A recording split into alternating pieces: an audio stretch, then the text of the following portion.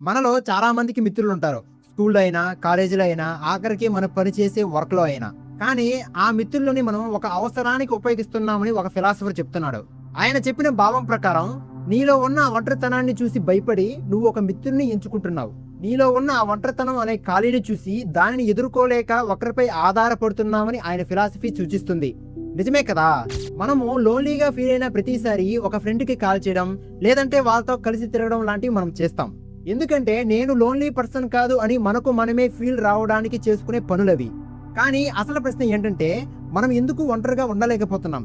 దీనికి సొల్యూషన్ ఉందా లేదా అనే విషయాన్ని జీవితాన్ని అబ్బురపరిచే విధంగా చెప్పిన జిడ్డు కృష్ణమూర్తి గారి ఆలోచనలు మీరు కనుక వింటే మీరు ఎప్పుడు కూడా నేను ఒంటరిగా ఉన్నాను, వాళ్ళు విడిచిపెడితే నేను ఉండలేకపోతున్నాను అనే మాటలు ఎప్పుడూ చెప్పుకోరు. అందరికీ నమస్కారం. నేను మీ రవి. మీరు చూస్తున్నారు బొర్రా ఇన్స్పైర్స్. అనగనగా ఒక రాజు ఉండేవాడు. అతనికి పెద్ద రాజ్యం, పెద్ద సైన్యం, ఎంతో మంది స్నేహితులు కూడా ఉండేవారు. తనకు ఎప్పుడు కూడా నేను ఒంటరిగా ఉన్నాను అనే భావన ఎప్పుడూ కూడా రాలేదు. ఎప్పుడూ సైనికులతో, ఇతర రాజ్యాల రాజులతో, రాజ్యంలోని స్నేహితులతో కలిసి ఉండేవాడు. కానీ యుద్ధ ప్రకటన చేయాలన్నా, సైనికుల గుండెల్లో చైతన్యం నింపాలన్నా, ప్రజల సమస్యలు వినాలన్నా తన మిత్రులు లేనిదే అడుగు కూడా బయట పెట్టేవాడు కాదు.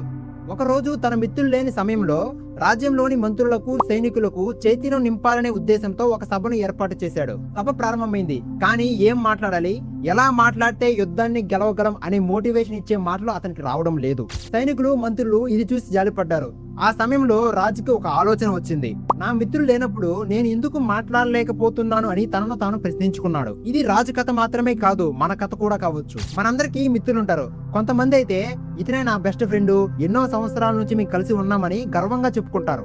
అది కరెక్టే. కానీ ఒక ప్రశ్న మనల్ని మనం వేసుకోవాలి. నువ్వు నిజంగా ప్రేమతో ఫ్రెండ్ గా ఉన్నావా, లేక నీలో ఉన్న ఒంటరితనాన్ని దాచుకోవడానికి నువ్వు ఫ్రెండ్షిప్ చేస్తున్నావా? ఇలాంటి ఆలోచనలు ముందుకు తెచ్చిన జిడ్డు కృష్ణమూర్తి గారి ఫిలాసఫీ చెప్పేది చాలా సింపుల్ గా ఉంటుంది. ఫ్రెండ్ లేకపోయినా మనల్ని మనం ప్రేమించుకుని ఒంటరిగా జీవించగలం.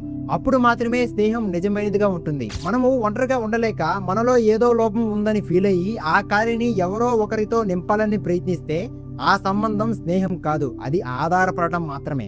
అందుకే నువ్వు లేకపోతే నేను బతకలేను, నువ్వు మాట్లాడకపోతే నేను చాలా ఖాళీ ఫీల్ అవుతాను అనే మాటలు మన జీవితంలో ఉండకూడదు. సహాయం అనేది తీసుకోవచ్చు, స్నేహం అనేది చేయవచ్చు, కానీ బతకడానికి వాళ్ళే దిక్కు అనే స్థాయికి మనం వెళ్ళకూడదు. నేను నమ్ముతున్నాను ఈ వీడియో మీకు నచ్చిందని.